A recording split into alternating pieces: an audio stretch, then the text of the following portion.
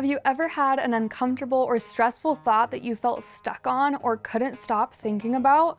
Maybe you kept analyzing it from every angle, looking for certainty or relief. If that sounds familiar, you might have experienced rumination. It's something many people, myself included, have dealt with, and it can feel really urgent and important, especially when you have OCD.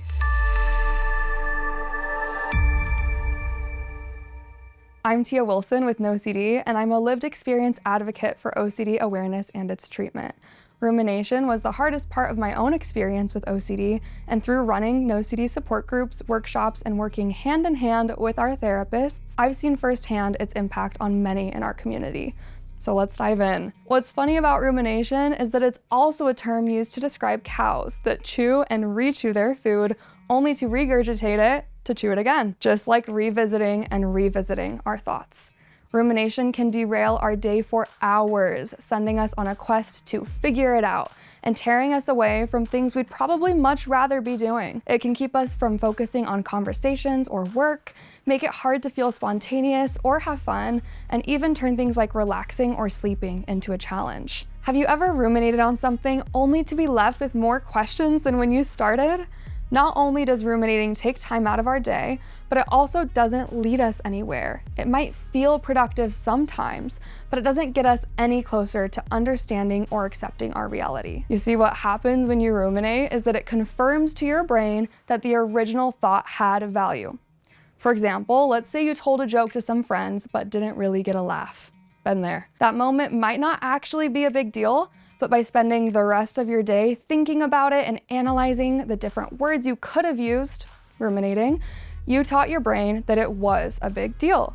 This means that the next time your joke falls flat, you'll feel even worse about it, and the urge to ruminate will return even stronger. That's why it's so important to stop rumination in its tracks. So how do we do that? We take the power away from it, which I know might sound easier said than done. Stopping rumination might feel like erasing a whiteboard and noticing you left one little speck of marker behind. You can end up thinking that if you just erased that speck, if you just thought about that specific thing more, it would be so simple to fix it, right? Wrong. That's one of the tricks our brain likes to play. When you get the urge to ruminate, your brain might try to justify it by telling you it's just a little thing, it couldn't hurt anyone, it's different this time it's important. It's not gonna cause that much damage. You've got the time, you can just engage a little bit. Or maybe even, this video doesn't apply to your particular situation. Nope. No matter what our brains might try to tell us, ultimately, we have to be stronger than this urge. We have to resist it as much as we can, and you can resist it. It might not feel like it when you first start trying to, but rumination is a choice, and it's one you can stop making. So how do we resist it? We start by recognizing when it's happening and labeling the experience as rumination. I'm ruminating again. Instead of getting down on ourselves, we simply acknowledge what's going on. Even if we don't catch ourselves ruminating until we are hours into the process, we still stop wherever we're at. As you practice this, remind yourself why you don't want to ruminate. Remember that it doesn't serve your long-term goals, and then do your best to redirect yourself to something that's a better use of your brain space. The goal of this technique isn't to distract yourself from your feelings. In fact, we want to take those feelings with us. The goal is to choose a different behavior. This could be a hobby, calling a friend, or anything that uses your brain. When you redirect yourself, you might still notice the urge to ruminate tugging at you. If you can't completely ignore it, you can still practice delaying the rumination. The better you get at procrastinating rumination, the less urgent it starts to feel. Ask yourself, can I wait 5 minutes to figure this out? What about an hour? A day? And then when that time comes, ask yourself again.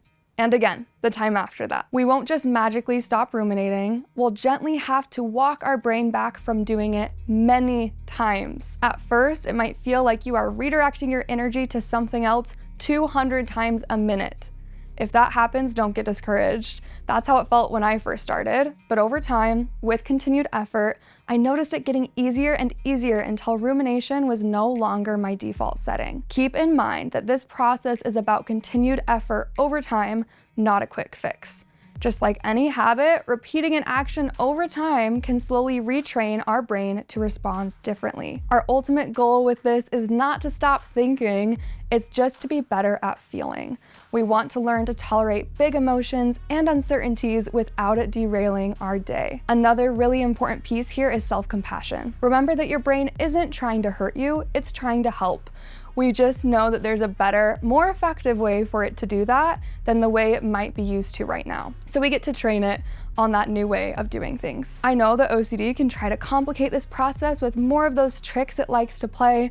One of its favorite tricks is telling you that you're alone, that you're the only one dealing with this. And even more nefariously, it can tell you that recovery will work for anyone but you. It loves to be like, yeah, stopping rumination will work for other people, but your thoughts are different. How do I know that? Because that's what it told me. Those tricks were difficult for me to deal with alone, but finding someone who specialized in OCD made a big difference in helping me work through them. Recovery from OCD is possible, and we see it with our members all the time.